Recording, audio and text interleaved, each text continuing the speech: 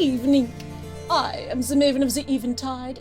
Welcome to Vampire Reviews, where we review vampires in media and pop culture, not where things are reviewed by a vampire. I am not a vampire. I'm your Maven. Vampires are not real. Yet. Vampires are a literary metaphor for the human condition, and the human condition is real. And it sucks. Being a human is so hard.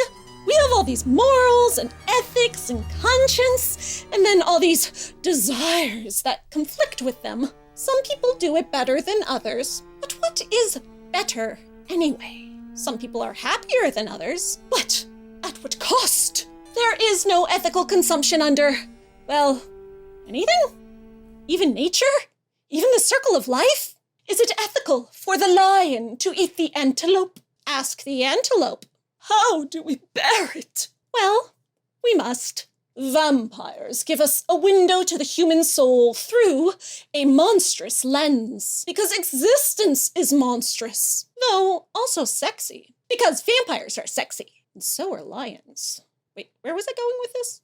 AMC's Anne Rice's Interview with the Vampire is a TV show in its second season based on some extremely monstrous yet sexy books that delve into the depths of the human soul's conflict between the search for happiness and fulfillment and the cost that it takes to find it. The show has changed its setting, plot, and characters significantly from the books it's based on, but that same conflict is there at its core. We just want our vampire babies to be happy.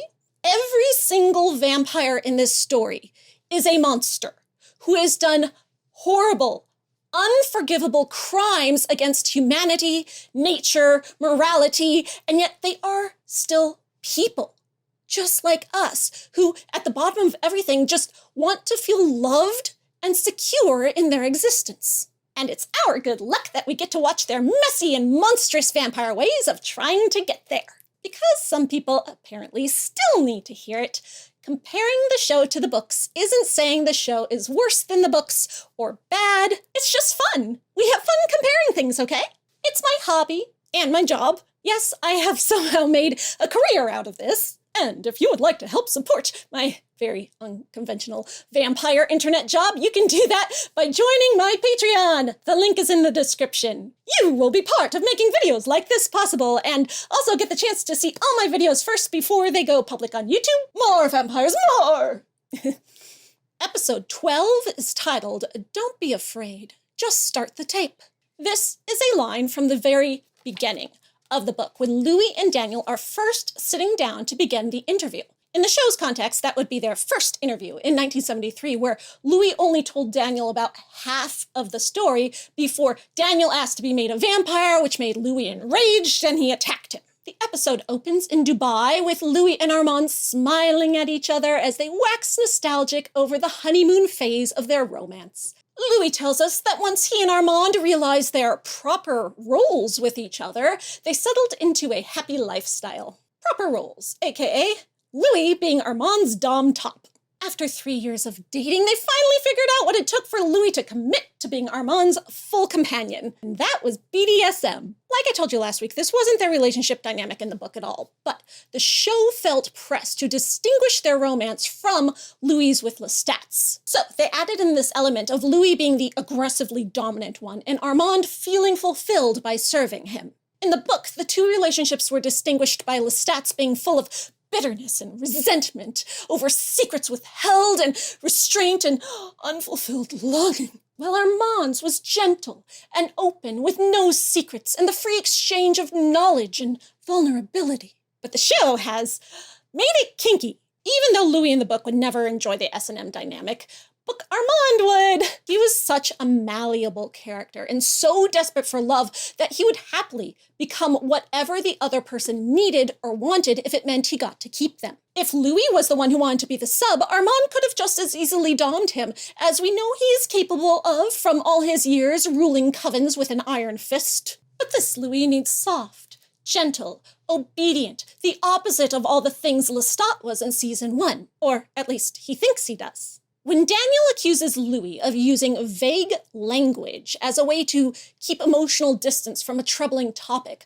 once again Armand swoops in to offer a more positive spin on things. Or it's daytime, and the vampire of Louis' age is fighting the narcoleptic pull of the sun. His entire mission in life is to preserve Louis' happiness. Oh, Armand, didn't anyone ever tell you that Louis never had any happiness to preserve in the first place? Rashid brings in a man who's answered Armand's Craigslist ad seeking a victim who agrees to let Armand chase him around Dubai in a foot race, thinking if he wins the race, he'll get a big payout. But of course, Armand always wins. Louis tells Daniel that Armand barely ever feeds anymore, but when he does, he prefers to hunt for it. T-Rex doesn't want to be fed, he wants to hunt. Hunt through the urban jungle of the city of Dubai in the daylight. This is not Armand's hunting style in the books. He's not into the stalking and the chasing, though Lestat is. In Tale of the Body Thief, Lestat compares tracking his serial killer victims to a big game hunt, like he's on a safari going after man-eating tigers. Louis tells Daniel that Armand only plays the most dangerous game with evildoers, but if he can't find anyone evil enough to answer his Craigslist ad, he finds someone half in love with an easeful death. Now this is out of the books. This phrase specifically is from a short story that Anne Rice wrote that was published in Playboy magazine in 1979, 3 years after the book came out, called Interlude with the Undead. Yes, I bought a copy off eBay. The 25th anniversary edition, too. I was wondering when Daniel was remembering Armand telling him about selling his dad's Playboy magazines to the other kids at recess, if it was a nod to this very story. Anne Rice was actually in Playboy a couple of times. In 1993, she did an interview defending erotica. She was great like that, speaking up for sex positivity and destigmatizing the concept of women enjoying eroticism, especially. By then, she'd published 5 erotic and BDSM novels, and people would show up to her book signings with whips and chains and handcuffs. Interlude with the Undead is presented as part of the story that Louis told Daniel in his interview that didn't make it into Daniel's final book. It begins by telling us that there was actually a lot of content that didn't make it in. Apparently, Louis just told Daniel so much that Daniel had to pick and choose which parts to publish. God, I wish Anne Rice had written more of those stories. I would have absolutely loved to hear every single thing Louis told Daniel. And this is a story within a story. Louis telling Daniel a story Armand told him in dialogue. So it's in Armand's first-person voice, and in it he explains his hunting style. I have no taste for violence, voluptuous as it may sometimes appear. It is the seduction that is perfectly in tune with this monster's heart. But do not mistake my meaning. It is not I who seduce the lovely beauties whom I take as my brides. It is they who seduce me through their dreams. You see, they all want the embrace. There is a kernel in all of them that is half in love with an easeful death. And as I wander through the late-night streets in the chill hours, I can hear their plaintive sighs, a muted chorus rising from those beds, its rhythms penetrating the very walls. They summon me. They long for me. Gentleman Death, that has been my epithet, and I so treasure it. What gentleman can refuse a lady, after all? Damn, Armand. When Armand says half in love with an easeful death, he means semi-suicidal, that depressed feeling people can have, that it would all just be so much easier if they could just let everything go, stop existing and sink into soft oblivion. Yes, because it was for Playboy, this is an extremely heterosexual erotic story, and Armand is the dashing, rakish gentleman vampire stealing into the innocent lady's bedchambers at night, just like Dracula. This was years before Anne Rice decided to make Armand be in the body of a 17-year-old boy. When she wrote Interview with the Vampire and then the Playboy story, he was presented as a fully grown young man, basically the same as in the TV show. Anne ended up using the concept of gentleman death in 1985's The Vampire Lestat. It was Lestat's philosophy in the 1700s that instead of a horrifying wraith, a grim reaper, he looked like a sophisticated society gentleman who could seduce people into death instead of terrifying them. Since Armand's story is set in 1876 while he was in Paris with Louis, this date is also a retcon as he was with Louis in Paris in 1871 in the book. We can gather that after he learned this philosophy from Lestat in the 1700s, he just started using it for himself as well. He was certainly not gentleman death during his time with the cult, but the haunting wraith, the image of evil. Lestat was such an inspiration, pure tastemaker, greatest vampire influencer of all time. Before Lestat, this was Armand's religious serving God through Satan hunting style. He had perfected the act of killing beyond the abilities of all the children of darkness that he knew. He had learned to summon those who truly wished to die. He had but to stand near the dwellings of mortals and call silently to see his victim appear. Old, young, wretched, diseased, the ugly or the beautiful, it did not matter because he did not choose. Dazzling visions he gave, if they should want to receive. But he did not move towards them, nor even close his arms around them. Drawn inexorably towards him, it was they who embraced him. And when their warm, living flesh touched him, when he opened his lips and felt the blood spill, he knew the only surcease from misery that he could know. It seemed to him, in the best of these moments, that his way was profoundly spiritual, uncontaminated by the appetites and confusions that made up the world, despite the carnal rapture of the kill.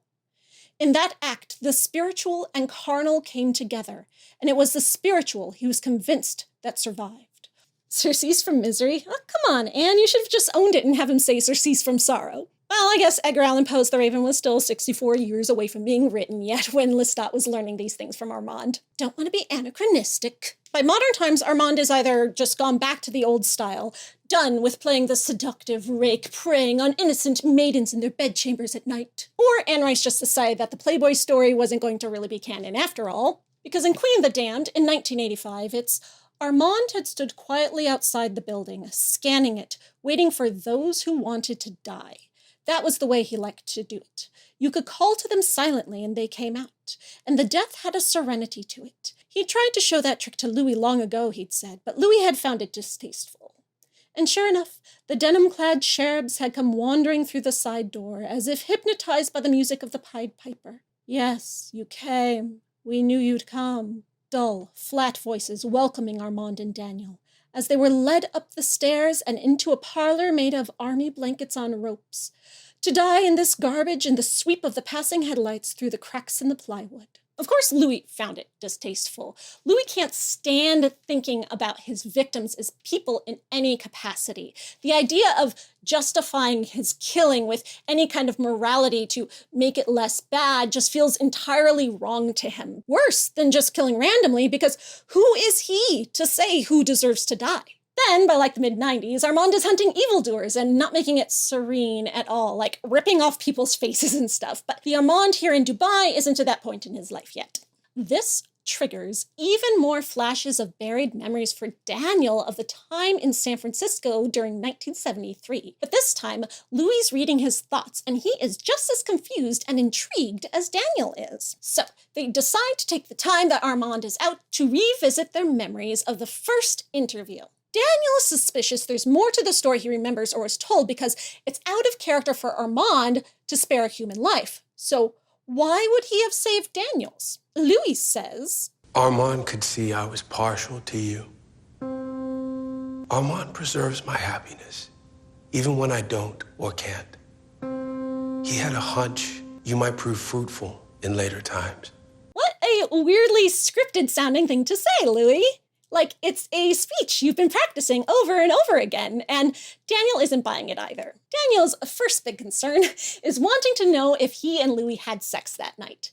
This question amuses Louis, and instead of just giving Daniel a straight answer, he dives into telling the story of what happened when they got back to Louis' apartment. In the book, we just know that the room Louis brings Daniel to is on Divisadero Street. But later on, Anne Rice confirmed the exact address of the house that she was inspired by, and the show actually used that real-life location in these photos. The interior was shot elsewhere, of course, and we see, instead of it just being a single bare room like it is in the book, it is the most 70s apartment that ever 70s'd. God, all that sallow yellow and olive green. It is fully furnished, and Louis even has a coffin there, like he actually lives there sometimes. Though he tells Daniel that it's just one of many real estate properties he owns as an investment, and his real home with Armand is elsewhere. In the book, Louis owns tons of real estate in New Orleans, and he made his money off of rent as a landlord, but we don't know if he owns the room in San Francisco or anything. When Daniel asks if it's his, Louis is just like, no, it's just a room. There is an ashtray full of cigarette butts already there, so we know there were other humans there at one point, but we get no confirmation if Louis was the one who brought those smokers there previously,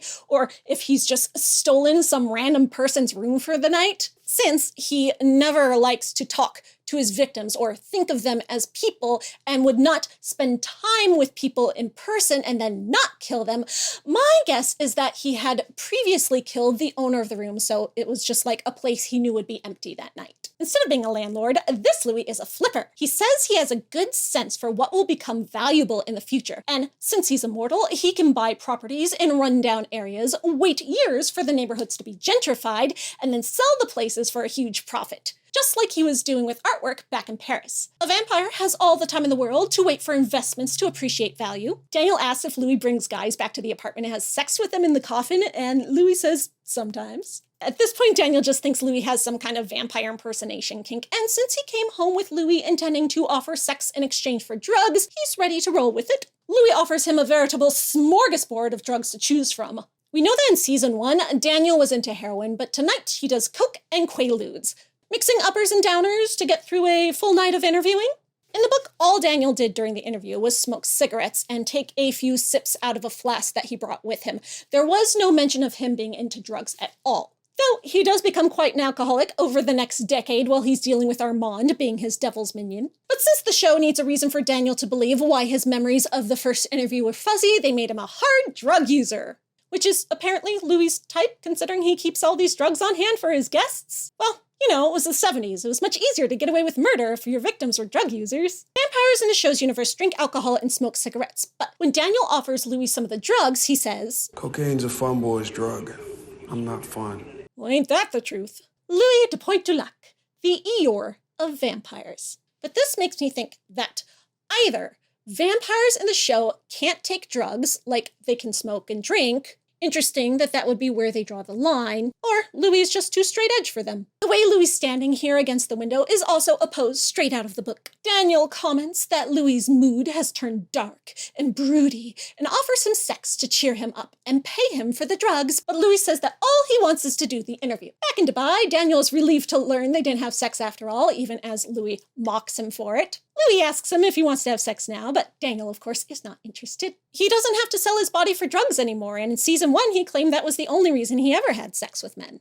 Also, back when season 1 came out, actor Eric Bogosian was asked if Daniel ever actually had sex with men, and his answer was something like, of course he has, he's a journalist. He didn't say, of course he has, he's bisexual, or of course he has, he's into men. Just that he was willing to do it to get a story or for drugs. Which disappointed me, because even though all vampires become bi or pan in the books as soon as they become vampires, Daniel, in the books, was already queer as a mortal, falling in love with Armand and having sex with both men and women while Armand watched. That was their thing, that was their kink. But it seems like this Daniel was only ever actually into women and just faked it with men as a means to an end.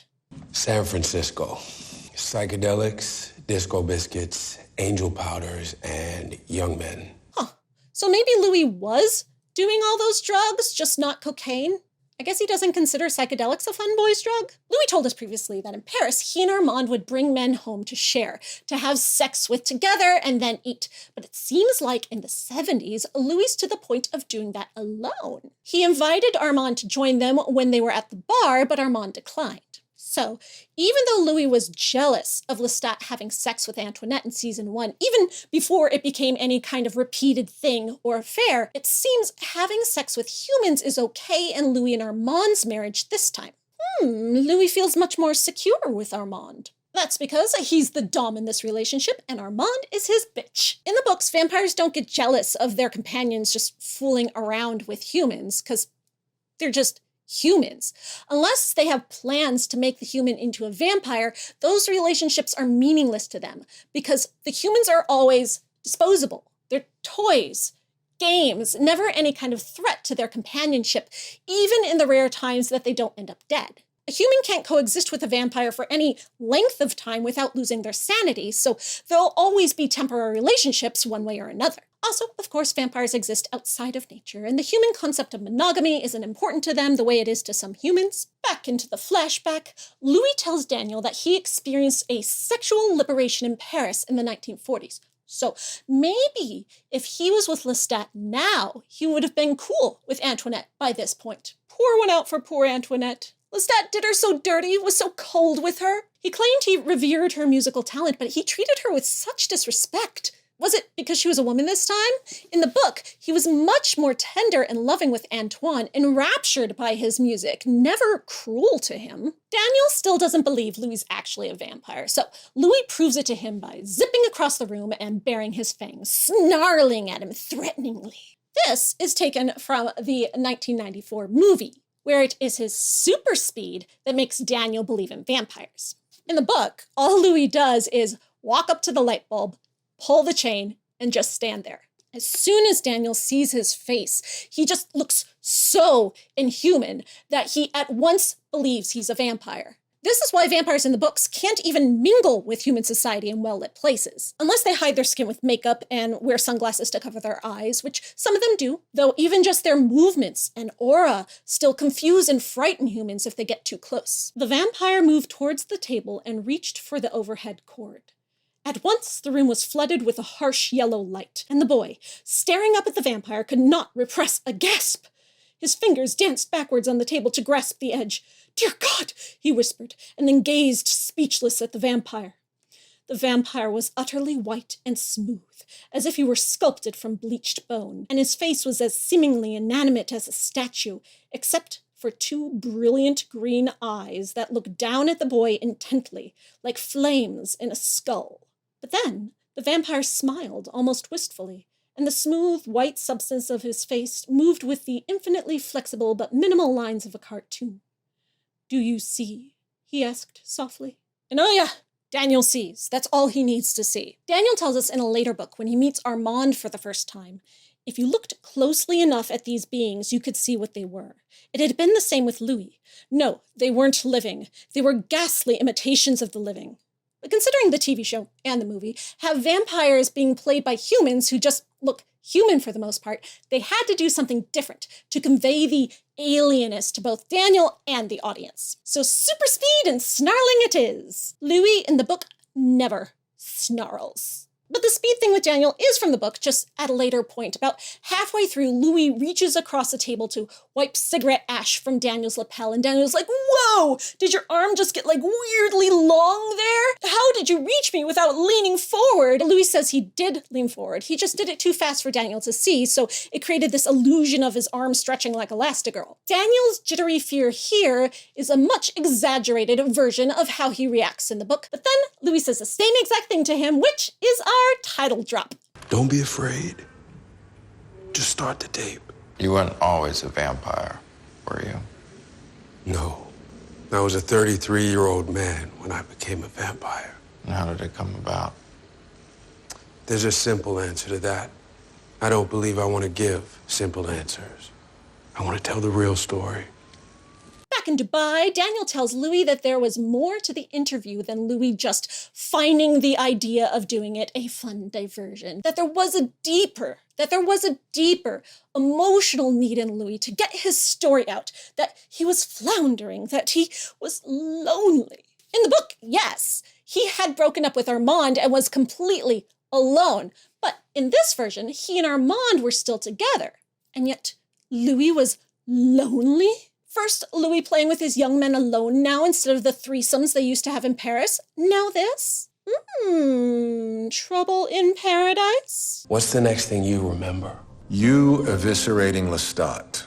The show is really playing up how badly Louis portrays Lestat in the interview, and it has him say these things that in the book are spread out across years of their time together. But here, he rattles off all the worst lines from the book back to back without giving any of the context for why he felt that way in any given moment.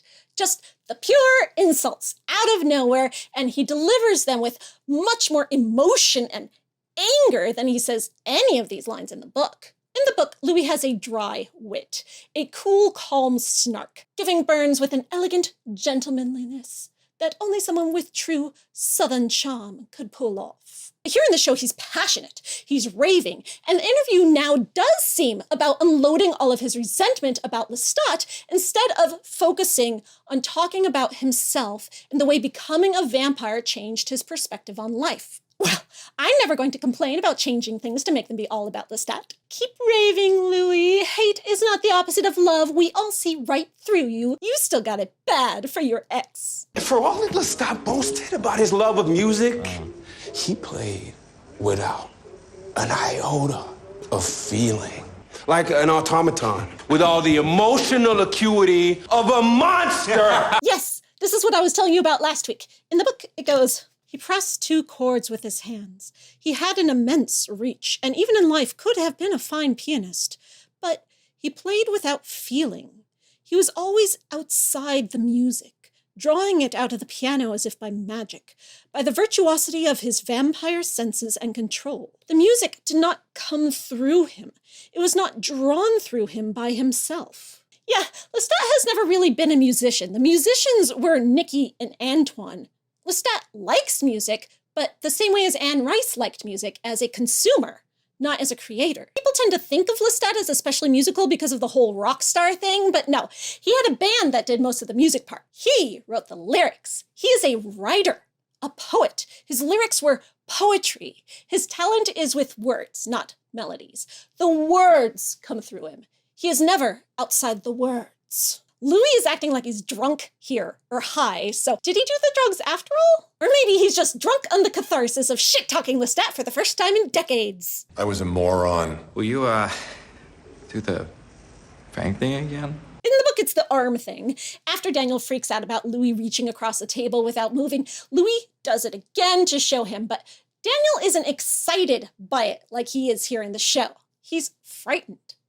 But he remains calm and brave. Not a moron at all. And hearing him being called a moron here compared to the actually savvy, hard-hitting journalist the show had him grow into being, again, feels like it's deliberately insulting the source material. Similar to how calling Armand's Past with Lestat a telenovela did in episode 2. Just saying.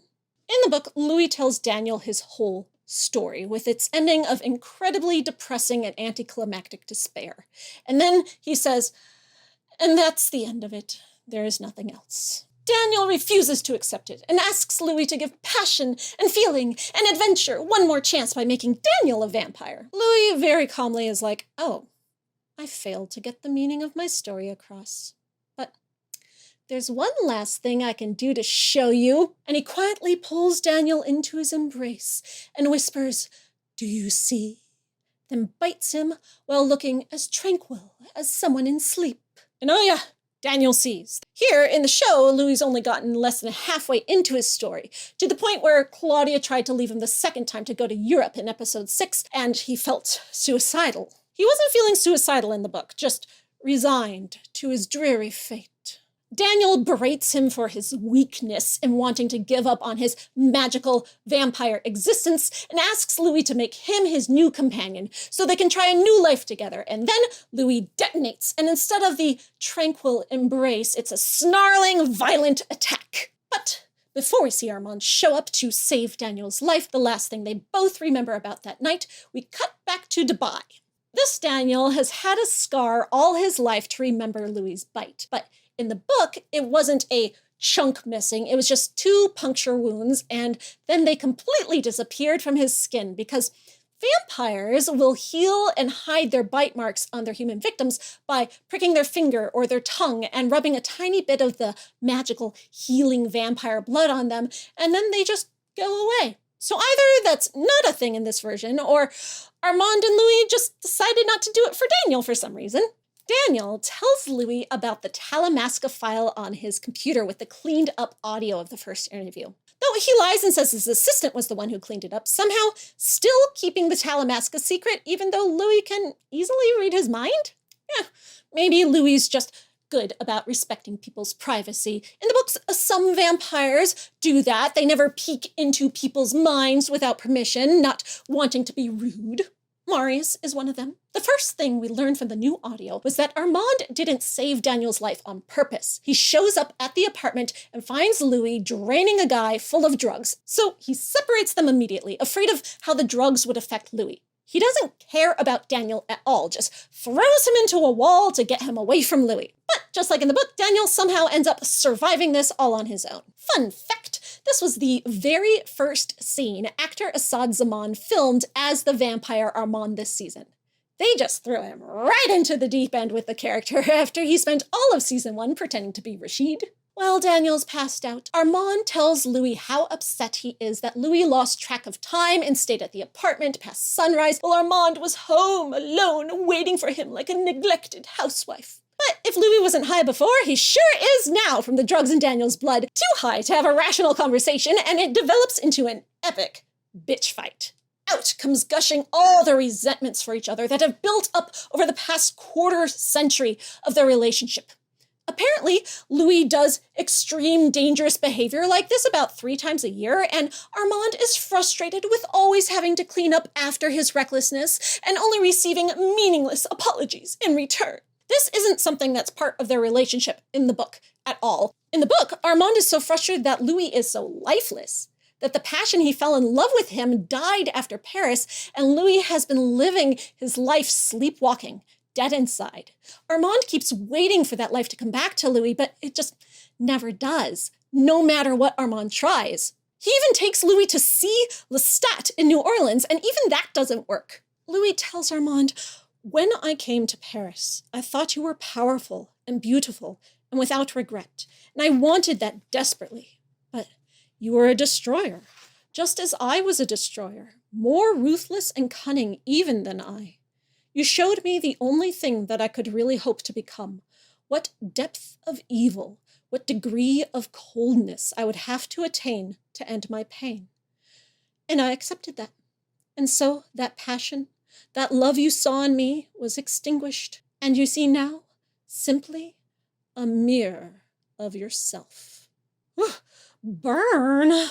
So Armand finally gives up on ever having any love or happiness with Louis and just walks away and never comes back. Here in the show, it's rather flipped around because this time Louis' response to him is, "You're boring!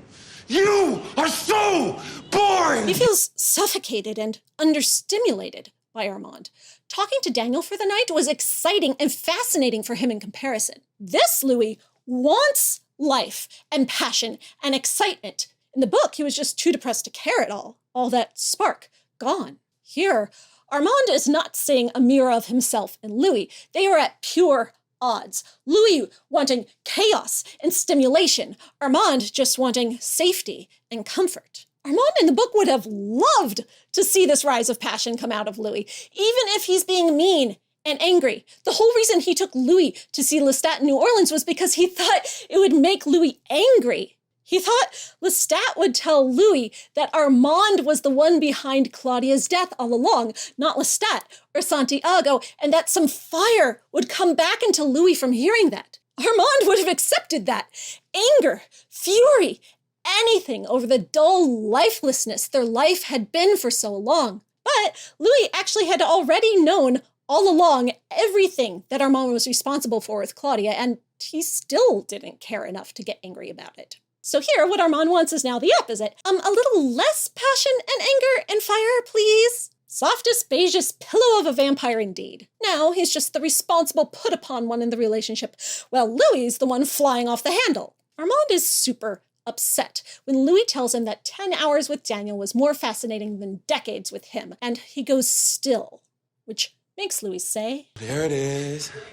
Half blank, half apocalyptic look. But what does it mean tonight? Does he want to lick my boots or chop my hands off?" So Louis implying that Armand goes back and forth between being his sub, obedient to Louis as his dom, and violent chaos gremlin?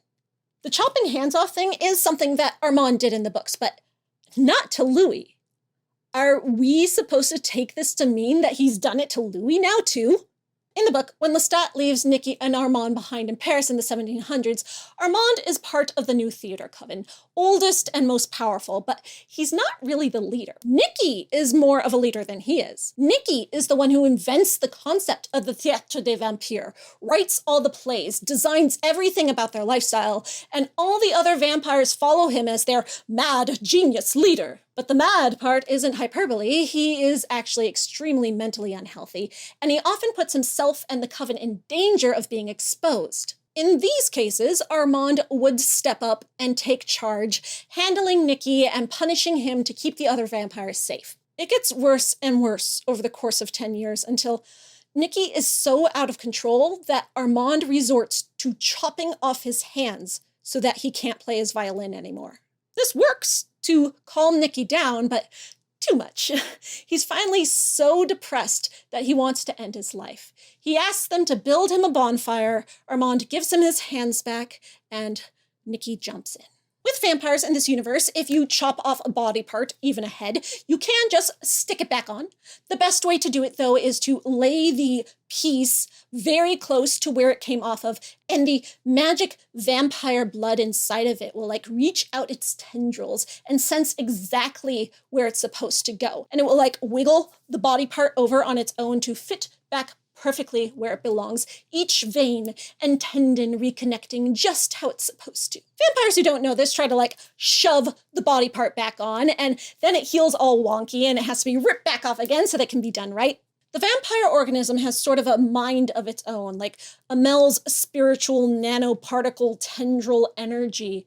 And if it's untampered with, the vampire will always heal perfectly. This is why, if ashes aren't scattered after they burn, they will become fully whole and alive again. It takes hundreds of years, but it happens. This is how the vampire crone Alessandra comes back in 2013 after burning in Armand's bonfire of 1781. But Nicky's ashes were scattered, so he never comes back, not even as a ghost. And a lot of them come back as ghosts.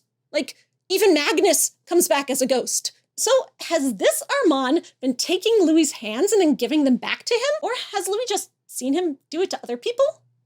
Who? Or did Armand actually tell Louis about Nicky and he's referencing that specific thing? Is it the gremlin or the good nurse tonight? I really would have loved to see these times when Armand goes apocalyptic, as Louis calls it. We did see him get rough with Claudia and Santiago last episode, but I wouldn't call that apocalyptic. Definitely not in the hand chopping off way, or other ways he's an absolute chaos gremlin in the books. We've been robbed. And for the moment, it's still the case as Armand works to keep his cool. He says that Louis blathering on about his life with Lestat and Claudia is way more boring than he is, and starts mocking Louis' emo whining about how hard it is for him to be a vampire who didn't want to kill humans. This sparks Louis to start mocking him in return about Armand's own sad, tragic backstory, them each trying to make the other sound more pathetic and weak and self-absorbed. Hearing them do each other's accents is the best part of this. Armand going all southern and Louis getting British. Brother, The he vampires tossed have himself off murdered a my roof. daddy. My Made me sister, pretend I she didn't have buried a me dick for alive. 200. Eventually, the whine-off dissolves into Armand's frustrations about Louis being still so hung up on Lestat. Louis tries to excuse it by saying all he did was talk shit about Lestat the whole time, but Armand sees right through it. He was using his vampire hearing to listen to the whole thing all the way from home. And we find out that neither of them have spoken Lestat's name since 1950. Only a year after we know the theater burned down, which was the last time either of them ever saw Lestat in the book. So it sounds like that's also the last time they ever saw him here. That Armand is the one who's upset and jealous about Louis still fixating on Lestat is very different from the book, where he was just as obsessed with him, only ever wanting Lestat to want him back, and upset that he never did. And instead of being jealous, he pushes Louis back to Lestat as some hope of getting Louis to come back to life and be passionate again. But this Armand seems well over Lestat now and just wants Louis to be too, so that he can have Louis' whole heart for himself. When Armand tells Louis that Claudia didn't love him the same way Lestat and Armand did, Louis gets so upset that he has a breakdown. I loved her. But she didn't love you. Not like he did. Not like I have. In his drug-addled haze, he thinks he hears Claudia calling to him from beyond the grave. Can you hear that? Can you hear her? She's calling me. And this drives him to run up to the roof to try to kill himself in the sunlight. This is based on something in the books, but it takes place at a very different point in Louis's life than where he is here. In the books, Louis was too afraid to die. And even though he hated his life, hated that he was evil, knew that he didn't deserve to exist, he could still not bring himself to end it. His Catholic upbringing making him afraid he would go to hell afterward. Not just because it would be suicide, but, the whole vampire thing. But then, a quarter century after the interview, well after he's been reunited with both Lestat and Armand, made peace with them, and made several new vampire friends and loved ones, he hits another low. He's been back with Lestat for a few years, but when Lestat becomes so depressed that he goes catatonic and lies on the floor of a church for years on end, Louis starts to slip as well. He's upset because other people have claimed to have seen or heard Claudia's ghost, but he never has. And he's desperate to reconnect with her. So he hires a witch to perform a seance and summon Claudia's spirit so that Louis can talk to her. But when Claudia appears, all she does is tell him how much she hates him and how much she is suffering in hell because of him and thinks he deserves to be too. This drives Louis to finally have the courage to kill himself and face what he deserves for his long, long life of evil. We find out that this ghost probably wasn't actually Claudia at all, but a mischievous spirit taking her shape just to feed on Louis' suffering. And even though Louis kind of knows this is possible, the point of what she said still stands, so he still kills himself. But in the books, as soon as the sun is up, vampires go completely unconscious, without exception, so they can't run out into the sunshine in this extremely dramatic and cinematic fashion. If they try to just lie on the ground outside, their vampire bodies will dig into the earth while they're unconscious to save themselves. So the way Louis manages to do it is he puts his coffin in his backyard, which is this stone courtyard with stone walls, and lies down in it with the lid open. When the sun comes up, his vampire body is trapped by the walls of the coffin and the snows beneath and around him, so it can't scramble to safety. He's unconscious, so he feels nothing of the sun burning him to a crisp. For him, it was completely painless, just like falling asleep and never waking up again. But because he is so old by the time he tries to do this, he doesn't burn to ashes. He becomes like one of those logs after a fire burns out where it's completely black but still solid, though if you poked it with a stick it would crumble. So when Lestat and Louis' other friends wake up that night and find Louis' body like that, all they have to do is slit their wrists and pour a ton of vampire blood onto him, and he comes back to life just fine. This all happens in the book Merrick, which is set in the late 90s. Merrick is the witch who performs the seance, and Louis makes her a vampire as a parting gift before he tries to die. Here, he is burning and dissolving into ashes in an extremely painful fashion. But since these vampires stay awake during the day and older ones like Armand can go out in the sun without being harmed, all Armand has to do is run after him and drag him back inside. Back in Dubai, Louis is shocked as these memories come back to him. They had all been completely gone, like he had amnesia for the past 50 years. Strange. Well, it was an extremely traumatic memory for him, both emotionally and physically, so maybe he blocked it all out from his mind as a trauma response. But, seems like there's more to it going on here. The next thing he remembers is how excruciating the pain was for him afterward as he convalesced in bed. He didn't have any lingering burns or pain after all of Lestat's super powerful Mary Sue blood, but we do have other examples of burned vampires suffering such exquisite agony for days, or months, or years after being burned. Lestat tries to commit suicide by going into the sun years before Louis even thinks to do it, but he's too powerful for Makash's blood to die that way, and it only takes him a couple days of the death sleep to heal from the horrible burns. But for those first couple days, he is in absolute agony of pain. And when Marius got burned by the children of Satan when they kidnapped Armand in Venice, his burns were so bad that his entire face burned off. No nose, no lips. It took him ages of drinking Akasha's blood every night before he could heal. So even at 1500 years, and with Akasha right there to drink from, he still wasn't as powerful as Lestat in 1990. Another example is the Great Burning that happened just before Marius was made a vampire 2,000 years ago. The elder vampire keeper of the catatonic vampire king and queen in Egypt put Akasha out into the sun. And since the spirit Amel is inside her with all of his nanoparticle invisible tentacles connecting every vampire in the world, when she got burned, they all did too. Most of the vampire population in the world died when that happened, but the older ones survived as crispy, burnt-up log versions of themselves, and some of them took centuries before they were fully healed again. Here, it seems Armand hasn't offered Louis any of his blood to heal his burns, or his blood just isn't strong enough to do much. In the book, it's Armand who Lestat goes to in Paris after Louis sets him on fire, hoping Armand's blood will help him heal. But even though he asks Armand very nicely and humbly, Armand refuses to give it to him out of bitterness that Lestat still doesn't want to be his companion. Then he locks Lestat in the basement and tortures and starves him until he's ready to use him for the trial against Claudia.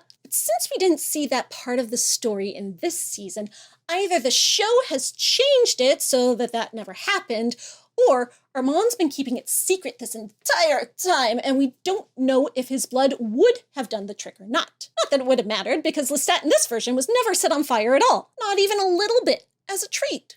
Armand has no sympathy for Louis's pain, angry that this is just another example of how Louis doesn't love him. When Louis asks about Daniel still being alive, Armand finally snaps, jealous that Daniel is the one Louis cares about, not him. Using the mind gift, he telekinetically lifts Daniel up into the air and slams him down on the floor repeatedly. Armand does not have the power to do this in the books, but who cares? Yes!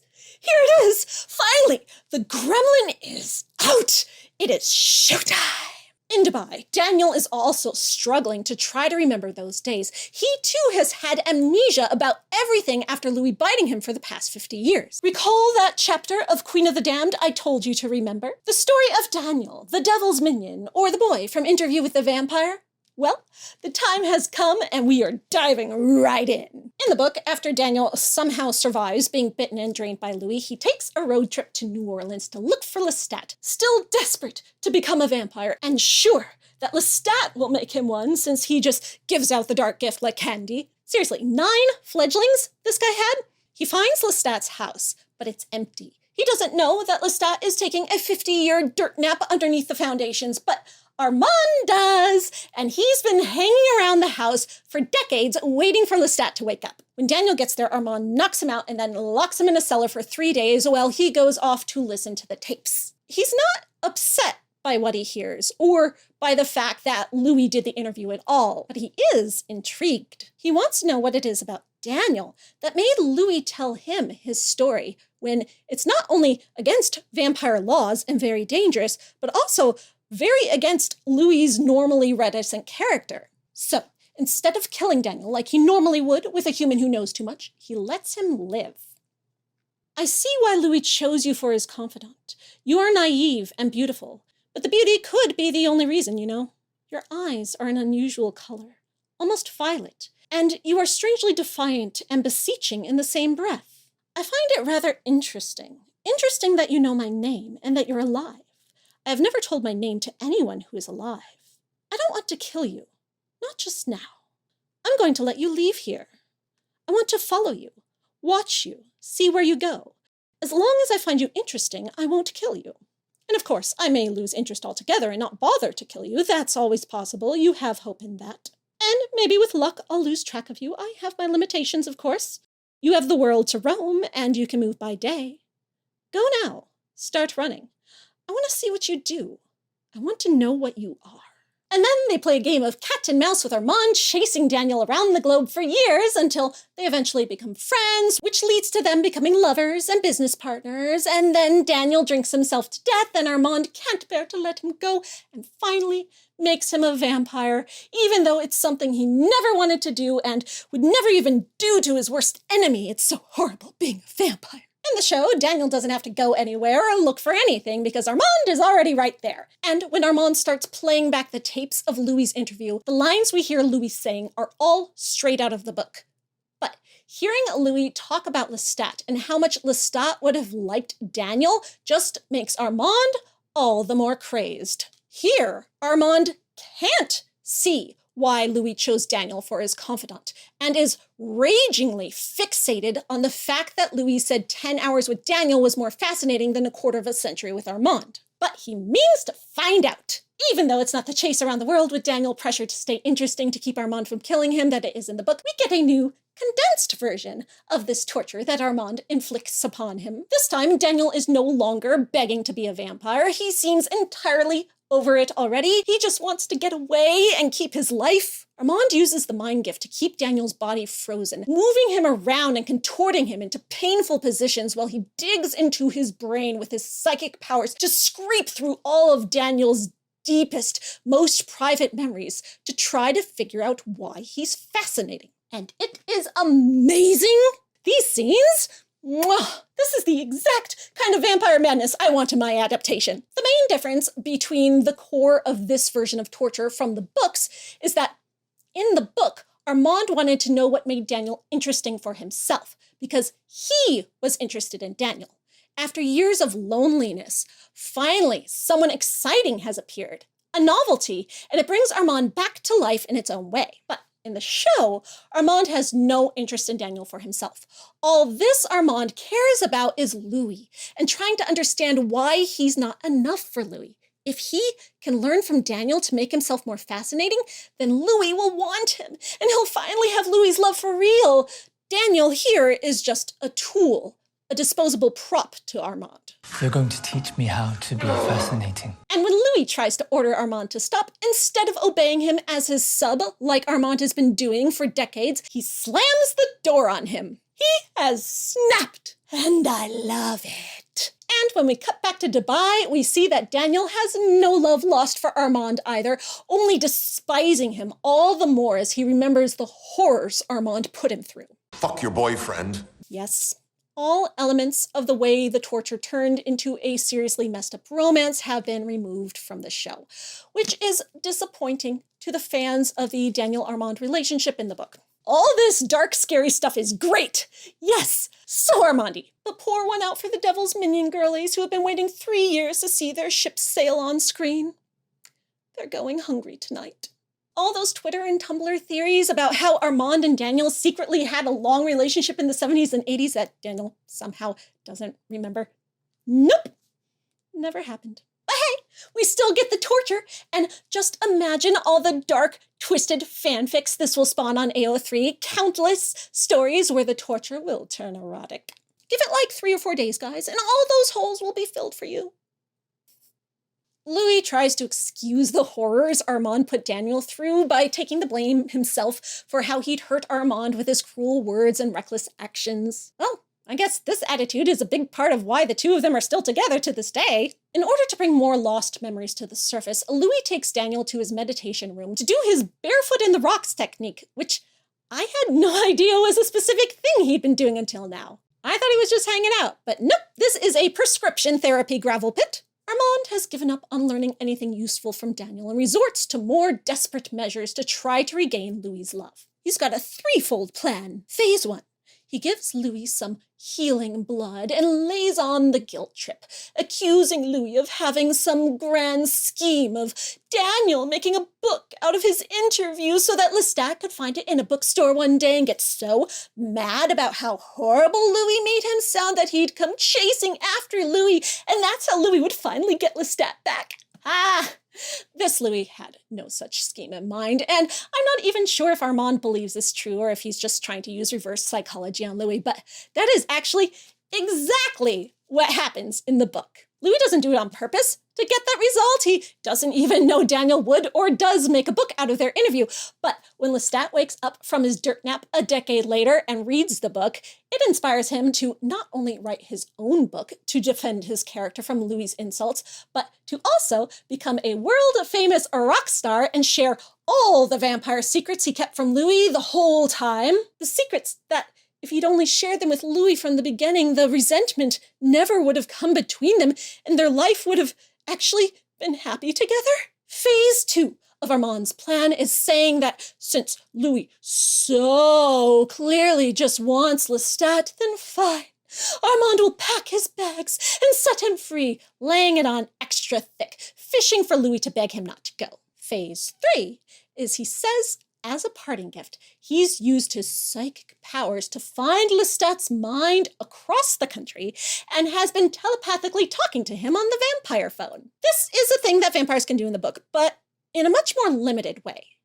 In order for Armand to have reached Lestat all the way to New Orleans from San Francisco, what he would have had to do is send out his psychic message at large, where other vampires close to him would hear it, and then they would have it in their thoughts and would spread to the next closest vampires, and so on until, hopefully, eventually, it somehow found Lestat. Even the most powerful vampires in the books have to resort to this method most of the time. This direct mind link telephone thing the show is having him do is a much faster shortcut, again, increasing his superpowers significantly from vampire limitations in the books. Louis's immediate reaction is to reject and refuse any contact with Lestat, afraid to hear from him, afraid to open those doors all again. But Armand persists and psychically reaches out to Lestat. We hear Lestat's voice in Armand's head, but for some reason, Louis can't hear it. In the books, Louis can't read minds at this point, but if he could, he would be able to hear it in Armand's head, even though Lestat's his maker. Unless Armand is deliberately blocking Louis from being able to do it. So it's unclear here if the show changed the lore, or if Armand does just keep Louis blocked out so that he can keep control over what Louis is allowed to hear as he repeats Lestat's word out loud for him. Despite how gentle and caring Lestat's questions are, Louis refuses to answer or speak to him at all. And when Lestat asks Armand to tell Louis he loves him, that's where Armand draws the line. Is like, oops, call dropped. Sorry, we got disconnected. I can't hear you, Lestat. You're breaking up. The last we hear is Lestat screaming, demanding he tell Louis he loves him, but Armand has gotten the result he wants. Louis has rejected Lestat once again and clings to Armand, begging to stay together. Even though it's what Armand wants, he's still bitter. He suffers guilt for what happened in Paris, which we don't know what it is yet in this version, other than that the theater vampires were plotting around them, and Claudia is no longer with us, and there was a fire. I know exactly how it goes down in the book and what part Armand played in hurting Louis there, but we have yet to see how this version will change both the terrible events that lead up to the fire and just how involved this Armand actually was this time. All we know is that he feels like he needs to atone and has been trying to do that for decades, but feels like he's made no progress, and he's frustrated with Louis for being so unforgiving. Such a mixture of guilt and shame and resentment and frustration. He's gotten Louis to stay with him for now, but he's not happy. I've finished cleaning up. And by cleaning up, he means tying up a certain loose end named Daniel. Of course, Armand can't let him live. That would be breaking Law 4. But even after the torture and cruelty, Armand still sticks to his killing style we discussed earlier, wanting to give Daniel an easeful death, to seduce him into wanting to die and accepting his death with no pain. No pain. It takes a lot of work. Daniel has a really strong will to live, but eventually Armand wears him down and Daniel is ready to die. But then just as he sinks his fangs in, he's saved by the crispy Louis. For some reason, it's really important to Louis for Daniel to live, and he uses his authority as Armand's dom master to make him agree. But I need this one to live as a testament to our companionship, of its endurance.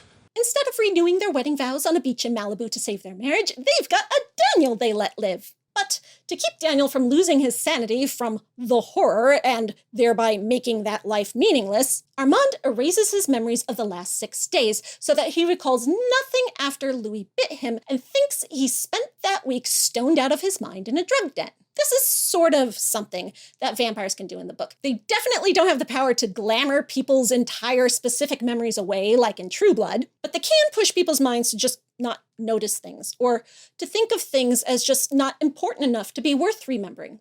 And this is another skill that grows stronger with age. For example, in Queen of the Damned, Marius hires a human to record all of Lestat's music videos off the TV and sell him the tape. But then, after he buys it, he pushes her mind to not remember him as the person she sold it to. Here, Armand is strong enough to have complete memory suppression powers that are precise enough to wipe away everything up to an exact point, though clearly not actually erasing the memories, as they're all coming back to Daniel now thanks to specific triggers. This is an interesting way to do it in consideration of the season's theme about memory being a monster.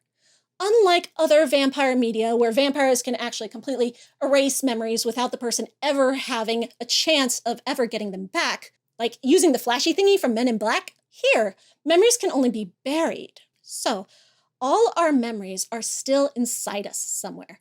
The monster makes them difficult to get to sometimes, but with Daniel's help and the therapeutic process of the interview, Louis is actually able to access all of them correctly eventually. Pieces of his life were gone for a while, but they come back. And the pieces that weren't gone forever have been remembered correctly with each of Daniel's "was it raining" moments.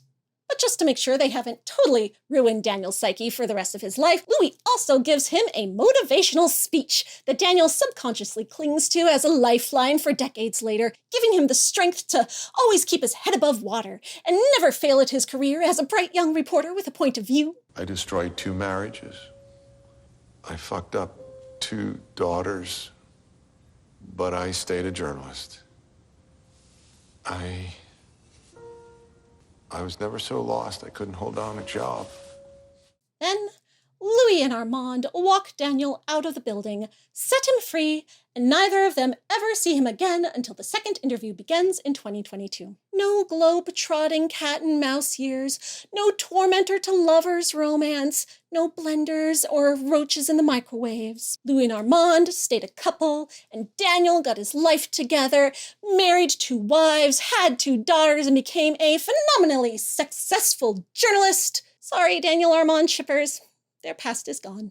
We're going to have to wait and see if anything ever happens with them in 2022. Louis thinks he doesn't remember any of this stuff because of the horrible pain and trauma of his burns, but Daniel is suspicious. Why do both their memories cut out at the exact same point? And dun dun dun! Daniel wasn't the only one who Armand mind-wiped. Just as Louis comes to this shocking revelation, Armand comes home from his hunt, cockily wearing his victim's weird sunglasses. When asked why he saved Daniel's life, Armand repeats, word for word, the exact same thing Louis said at the beginning of the episode. More planted words to cling to like a lifeline. Armand is confused about the way they're reacting to him now, but neither say a word about it, and we cut to black. Oh, snap! Trouble in paradise? If Armand messed with Louis' memories this way, just what else could he have suppressed from his mind over the past 77 years? And why? What benefit is it to Armand that Louis not remember this? You'd kind of think he would want Louis to remember. Otherwise, wouldn't they just end up having the same fight all over again, since Louis wouldn't remember how they got past his feelings about Armand being boring? So weird. Well, we'll just have to tune in next time to find out. I am the Maven of the Eventide, and I will see you next week. Same bat time, same bat channel.